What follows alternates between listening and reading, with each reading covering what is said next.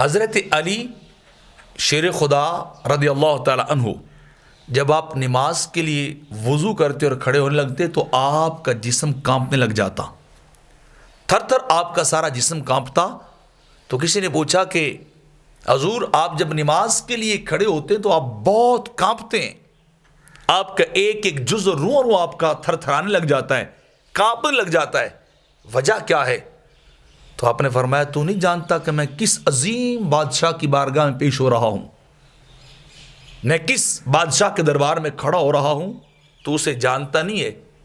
کہ اس سے بڑھ کر عزت و احترام والا کوئی نہیں، جلال والا کوئی نہیں۔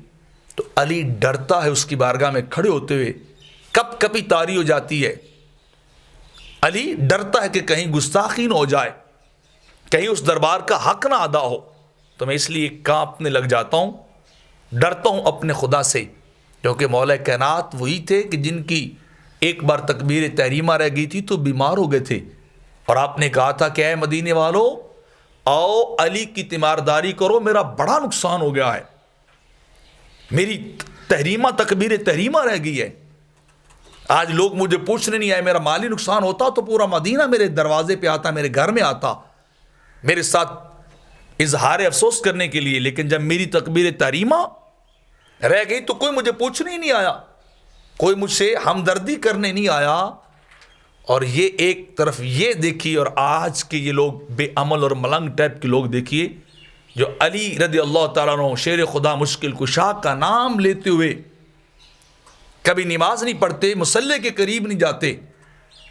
انہیں وضو تک کا طریقہ نہیں آتا، اور نام لیتے ہیں مولا کائنات کا کہ جن کی تکبیر تحریمہ رہ جائے تو وہ روتے تھے، اور آج جن کو ماننے والے یا ان کے نام لیوا بے عمل اور جاہل قسم کے لوگ کیا کرتے ہیں؟ وہ نماز کے قریب بھی نہیں جاتے۔ حقیقی علی کا ملنگ وہ ہے جس کا سجدہ کبھی قضا نہ ہو، حقیقی